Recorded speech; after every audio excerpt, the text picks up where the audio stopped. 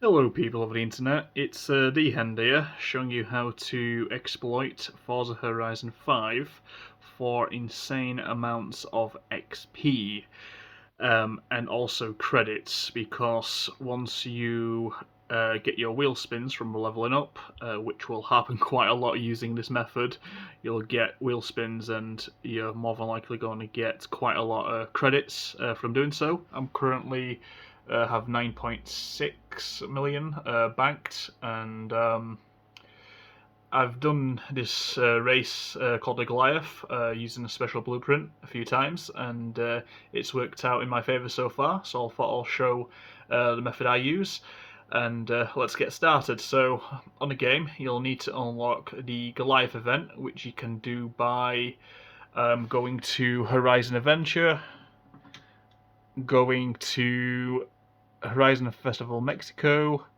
and unlocking the Goliath. You will need to, of course, accumulate the appropriate amount of accolade points, which you can do through natural progression. So this method does require some progression in the game.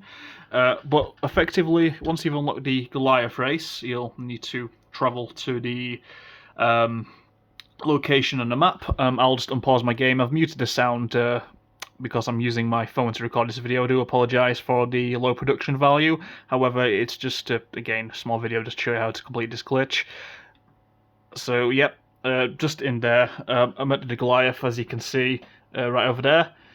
Before we go to the event, I just want to confirm what sort of setup stroke car you need to be using.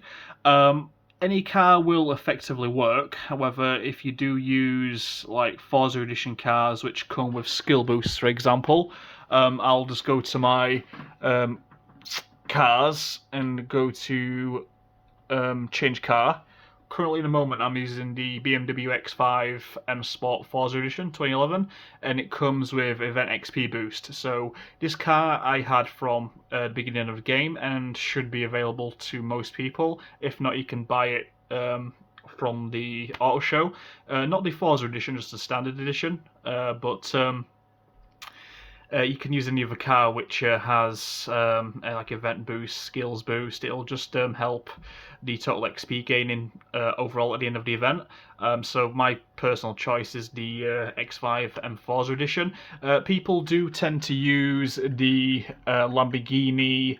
I don't remember the name off the top of my head, but it's this one here, the Elemento Forza Edition, Lamborghini Sesto Elemento Edition 2011. As you can see, with the tune that's been applied, it's all-wheel drive X 999 class, so it has a high top speed. But the only problem using this car, when you're on the Goliath race, there is sections of the track that when you use auto steer, which I'll explain more in just a moment, the car goes off the track and you have to correct it. So if you're AFK, it can cause some obvious problems. So preferably, I'd recommend a car which doesn't have a high speed like the Lamborghini, or if so, you use a lower class tune, but with with it being a performance car, stock it's naturally fast anyway.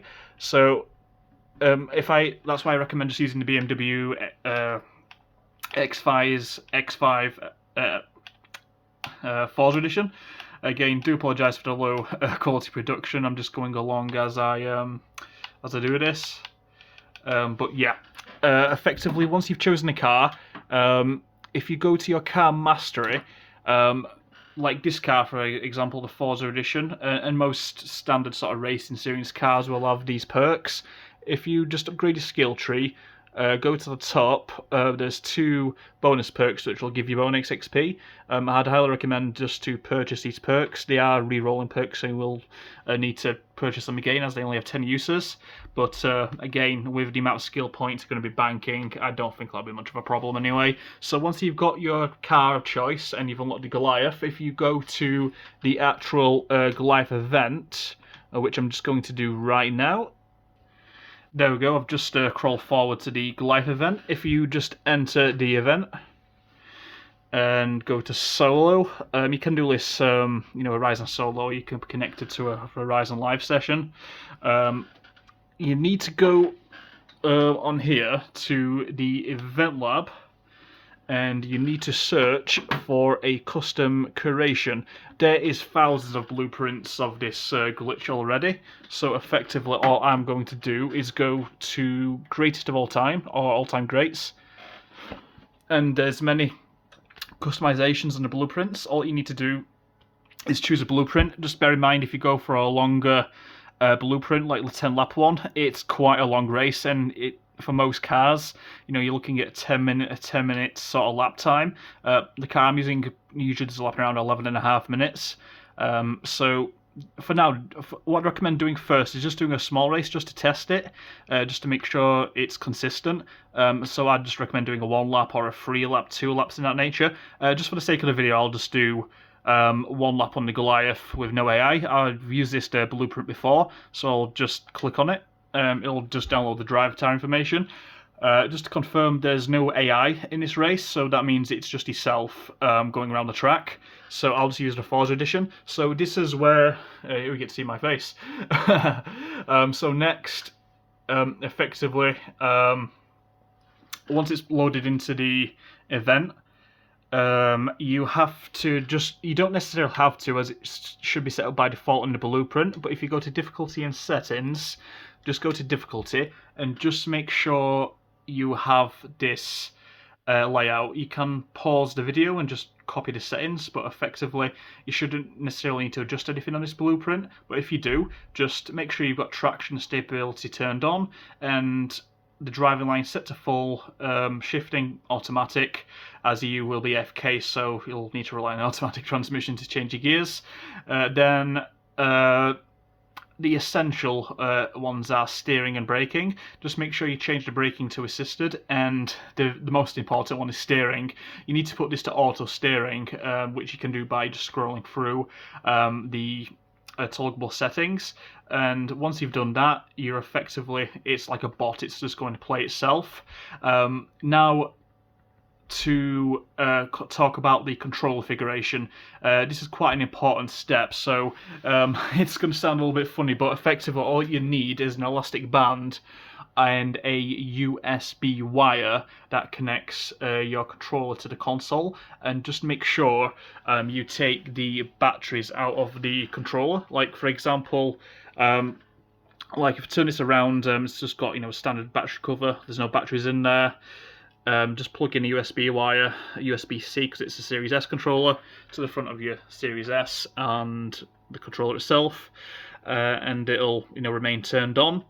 I will be making another video covering how to ensure your controller remains turned on, because if you go AFK without any input, it can turn off, and if going away for long periods of time, the race won't complete. But I'll cover the controller method a little bit more depth in another video, but just make sure you're using a premium USB-C wire or micro USB if you're on a regular Xbox controller.